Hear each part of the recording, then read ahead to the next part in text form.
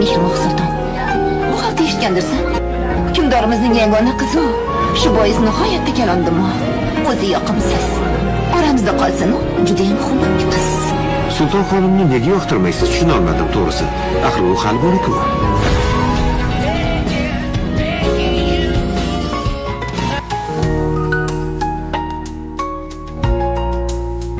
Esmaxonga uylanishni istamabsiz. Chunki qalbingizda boshqa birov bormish.